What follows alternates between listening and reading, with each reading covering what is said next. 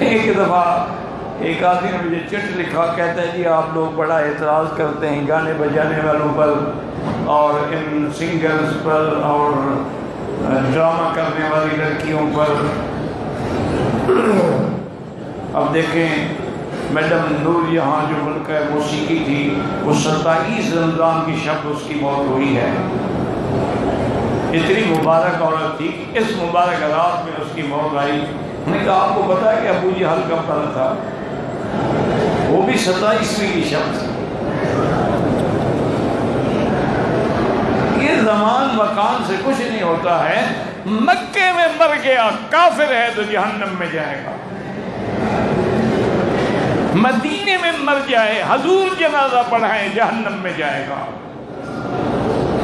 حضور نے قمیص دیا، کفن پہنایا عبداللہ بن ابی کو، خود جنازہ پڑھا لیکن جہنم میں جائے گا۔ اور آئندہ اللہ نے منع فرما دیا کہ لا تقم علی قبری ولا تصلی علی احد منهم مات ابدا ولا تقم علی قبرہ۔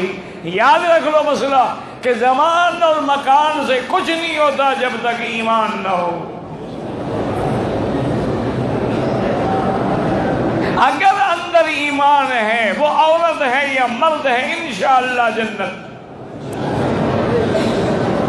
من کان آخر کلامہ لا الہ الا اللہ۔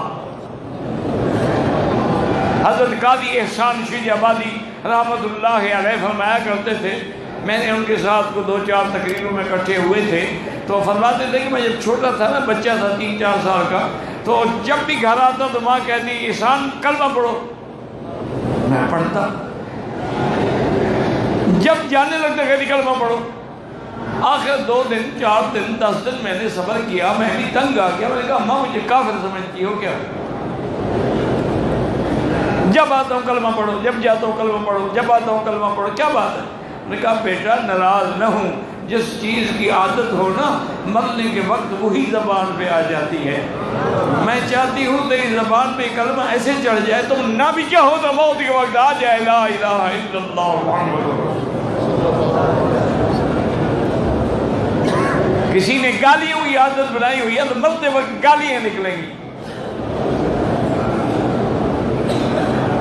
لیکن جنہوں نے عادت بنائی ہے کلمہ مبارک کی، اور ان کی زبان پہ ہر وقت کلمہ ہوتا ہے، زبان میں خاموش ہو جائے، دل میں بھی اسی پہ سوچ ہوتی ہے لا الہ الا اللہ محمد رسول اللہ۔ ایک دفعہ شوق سے کلمہ پڑھ لیں، شاید یہی ہماری نجات کا ذریعہ بن جائے۔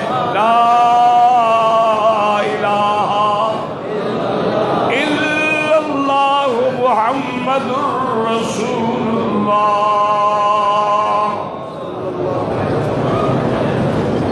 صلی اللہ علیہ وسلم۔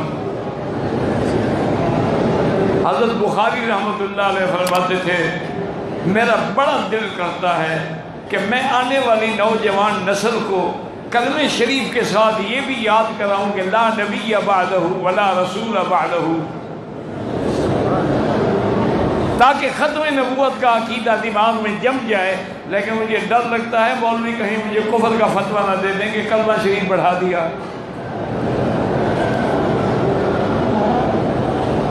اس لیے میں کہتا نہیں ہوں، دل بڑا کرتا ہے کہ ہر بندے کی زبان پہ یہ آ جائے کہ لا نبی بعدہ ولا رسول بعدہ۔